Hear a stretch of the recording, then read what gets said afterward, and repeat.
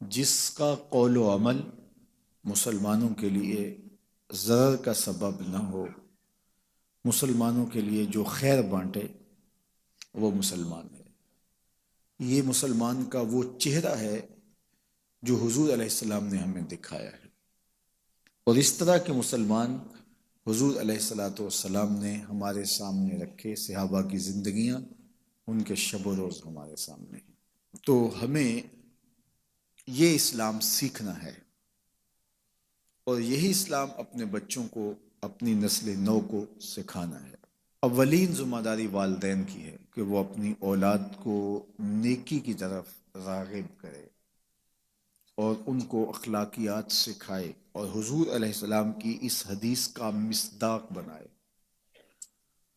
کہ ان کے قول سے، ان کے عمل سے کسی کو تکلیف نہ پہنچے، ان کا رویہ خوبصورت ہو، ان کا طرز معاشرت بہت اچھا ہو۔ یہ پوچھا جائے گا والدین سے اگر ان کی اولادیں اچھی نہیں ہیں۔ دوسرا ذمہ ہے معلمین کا، اساتذہ کا، چونکہ بچے والدین کے بعد زیادہ وقت ان کے پاس گزارتے ہیں۔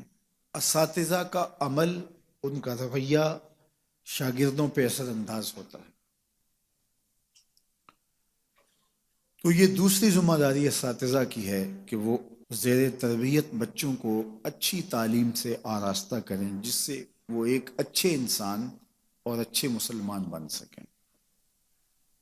تیسری ذمہ داری ممبر و محراب کی ہے۔ دنیا کے اوپر کسی بھی مذہب کے پاس سیکھنے سکھانے کا ایسا عمل موجود نہیں ہے جیسا مسلمانوں کے پاس موجود ہے۔ دن میں 5 مرتبہ نماز ہے، 8 دن کے بعد جمعہ ہے، سال کے بعد 2 اجتماعات عیدین کے ہیں، اور عالمی اجتماع حج کا ہے۔ یہ مسلمانوں کا اجتماعی نظم ہے اور تربیتی نظم ہے۔ چوتھی ذمہ داری ریاست کی ہے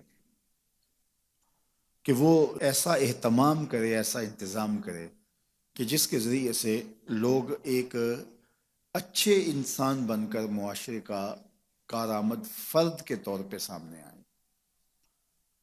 اور پھر 5واں کردار معاشرہ ادا کرتا ہے۔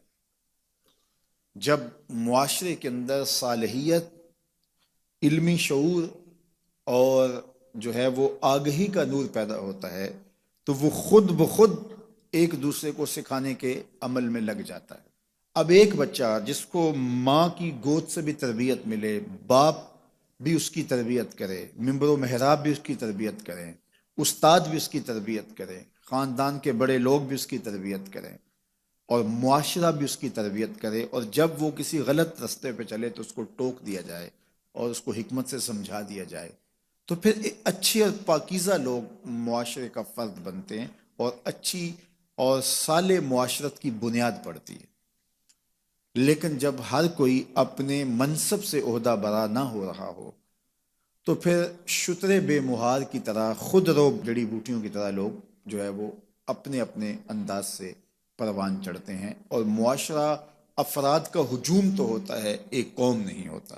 اب ہمارا ہی مسئلہ کیا ہے کہ جو جہاں بھی، جس شعبے میں بھی لوگ موجود ہیں، وہ فطری اور طبی طور پہ صالحیت اور اچھائی کے نور سے مالا مال ہیں، تو وہ تو ظاہر ہے دل کے اندر بھی کنول کا پھول کھل اٹھتا ہے، وہ تو الگ بات ہے، وہ تو خال خال مثالیں ہیں۔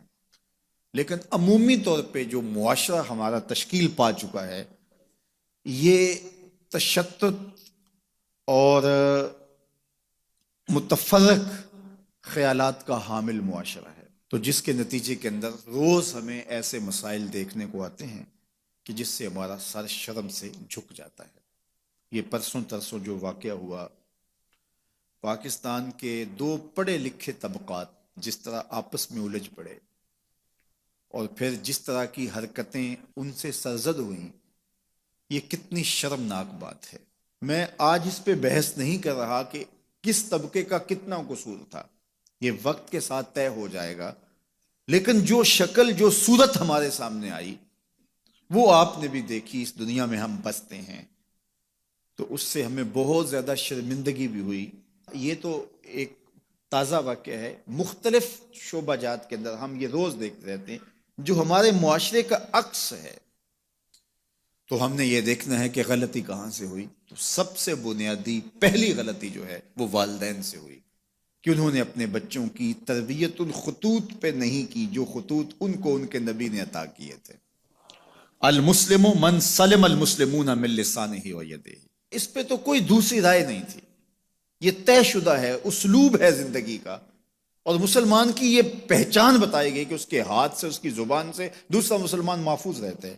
اور جب ماں باپ اس کی ذمہ داری لیتے ہیں تو پھر بچے معاشرے کے صالح فرد بن کے سامنے آتے ہیں.